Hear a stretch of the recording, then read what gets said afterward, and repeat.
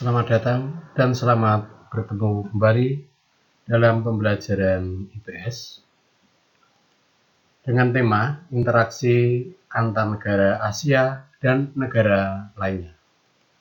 Bersama dengan saya, Bapak Teguh Yuwono.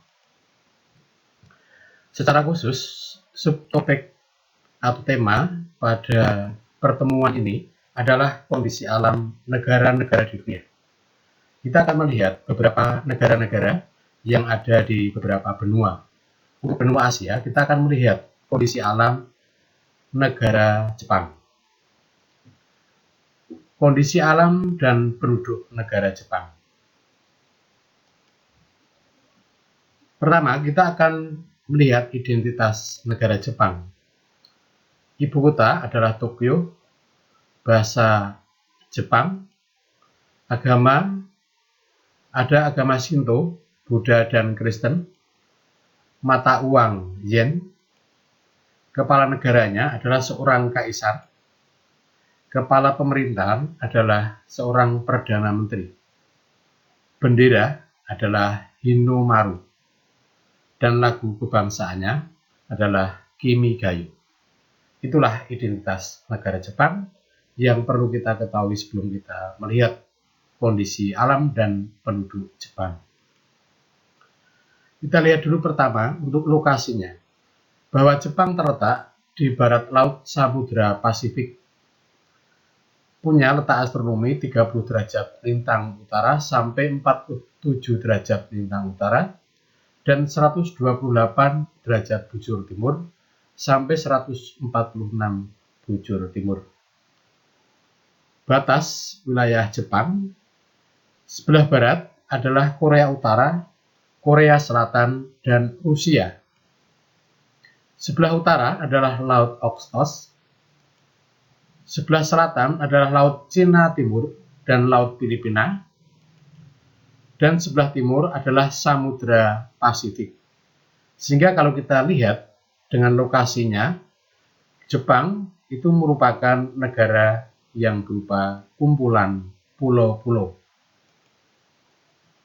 Inilah, kita bisa melihat, menyaksikan di dalam peta ini bahwa Jepang merupakan negara yang berupa kumpulan pulau-pulau dengan batasan-batasan tadi yang sudah saya sebutkan.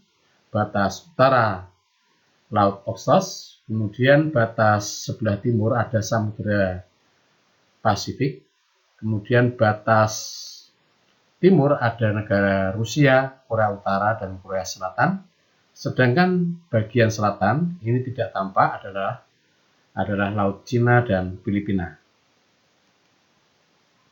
Iklim, kita lihat bahwa Jepang memiliki 4 musim. Ada musim semi, musim panas, musim gugur, dan musim dingin. Pada musim semi ditandai munculnya kuncup bunga sakura. Sangat identik sekali bunga sakura dengan negara Jepang.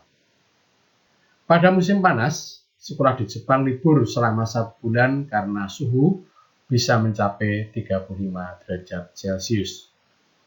Sedangkan pada musim gugur, daun tampak warna merah, orange, dan kuning. Banyak binatang mengumpulkan makanan untuk menghadapi musim dingin. Pada musim dingin ditandai turunnya butiran salju.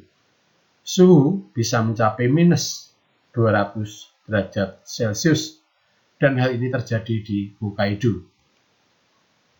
Inilah ya bunga sakura yang merupakan ciri khas dari negara Jepang, dan ini tidak dimiliki oleh negara-negara lain. Bentuk muka bumi. Wilayah Jepang terdiri pegunungan, bahkan sampai 70-80% wilayah Jepang itu berupa pegunungan. Ada wilayah dataran, 30% itu berada di sepanjang pantai, dan yang terbesar untuk dataran terbesar itu di Tokyo, Osaka, Kyoto, Nagoya, dan Honshu. Sedangkan dataran yang relatif kecil itu ada di Hokkaido. Mengapa Jepang menjadi negara maju dalam perikanan? Ada beberapa faktor yang mendorong hal ini. Yang pertama, bahwa hasil tangkapan ikannya itu berasal dari daerah pertemuan arus dingin yang di Uyashio dan arus panas Kurashio. Yang kedua, Jepang menggunakan teknologi dan alat penangkapan ikan yang sangat modern, sehingga hal inilah yang bisa memberikan hasil tangkapan yang lebih banyak dengan tenaga yang sangat minim di dalam mengerahkan untuk penangkapan ikan. Yang ketiga, Jepang memiliki alam pelabuhan yang baik untuk dermaga perikanan. Dan yang keempat, Jepang memiliki armada perikanan yang besar dengan jangkauan penangkapan ikan yang sangat luas. Kita lihat dalam peta, inilah yang menyebabkan salah satu penyebab mengapa negara Jepang sangat kaya akan ikan, karena ada pertemuan dua arus panas dan dingin ya, Uyashio dan Kurashio. Disinilah ya, pertemuan inilah yang menyebabkan ikan banyak berada di sana karena memang suhunya itu yang benar-benar bisa memberikan kehidupan banyak ikan di sana. Kita lihat dari segi geologi, Jepang terletak di sebelah barat Samudra Pasifik, bagian dari cincin api atau Ring of Fire.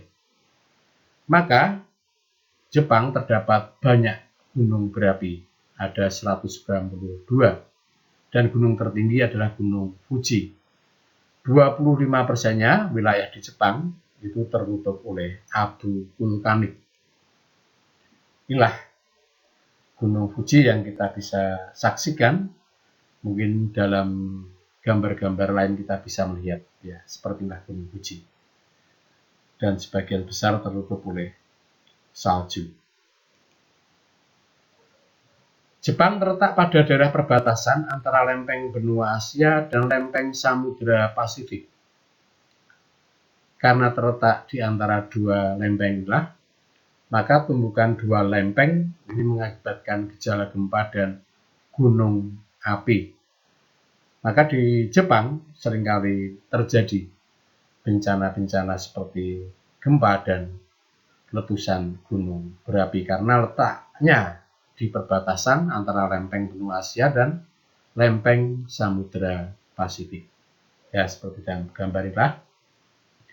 Lingkaran ini yang bergaris kuning, ini adalah pertemuan antara lempeng Asia yang di sebelah timur, sedangkan barat ini adalah lempeng Samudra Pasifik. Kalau kita lihat di sini garis ini ada di wilayah Jepang ini sebagian besar.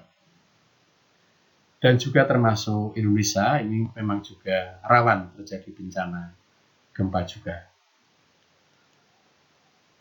The Four Roses of Japan. Inilah ya, 4 bencana alam yang sering kali terjadi di Jepang. Yang pertama gempa bumi, letusan gunung berapi, tsunami atau gelombang pasang yang sangat besar, dan yang keempat adalah angin typhoon. Seperti inilah ya, bencana yang ada di Jepang, diantaranya ini adalah tsunami dan juga gempa bumi. Kita lihat sumber daya mineral untuk di Jepang ini sangat terbatas. Jepang sangat tergantung pada bahan mentah dan bahan bakar hasil impor dari negara lain. Sumber daya yang terpenuhi adalah belerang. Wilayah Jepang 67% adalah hutan. Kondisi penduduknya, penduduk asli Jepang adalah Ainu, jumlahnya 126 juta, ini data yang bisa kami catat. Angka kelahiran Jepang itu menurun bahkan sampai minus, sehingga menyebabkan Jepang itu kekurangan penduduk. Intensif 2,6 juta itu diberikan anak-anak per bulan. Sungguh hal ini memberikan dampak yang besar terhadap Jepang, khususnya dalam hal pendapatan per kapita penduduk di Jepang. Sebagian besar penduduknya bekerja di bidang industri. Usia harapan hidup sangat tinggi, 86 sampai 79 tahun. Ini rata-rata dalam arti bahwa orang Jepang itu rata-rata meninggalnya itu usia 86. Yang paling rendah itu 79 tahun. Ini menunjukkan pelayanan kesehatan yang sangat baik di Jepang. Beberapa sifat positif masyarakat Jepang, mereka senang kerja keras, ada budaya malu, hidup hemat, punya loyalitas, punya inovasi, pantang menyerah, budaya baca, kerjasama kelompok, mandiri, bahkan menjaga tradisi. Hal-hal inilah yang membuat masyarakat Jepang itu memberikan kontribusi yang sangat besar terhadap negara Jepang sebagai negara industri. Nah, inilah beberapa teknologi Jepang yang bisa merambah dunia luas di bidang pertanian. Mereka punya teknologi yang cukup baik untuk bisa meningkatkan produksinya. Kemudian di bidang transportasi ada kereta api Shinkansen, ini yang kereta api yang sangat cepat, dan ketika terjadi gempa ini pun juga sudah dirancang tahan gempa. Kemudian juga teknologi informatika, animasi, grafis, kemudian juga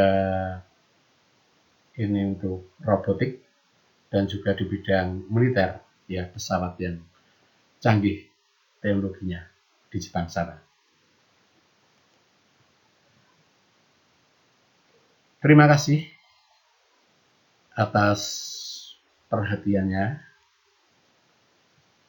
Semoga pembelajaran ini bisa bermanfaat bagi kita semuanya.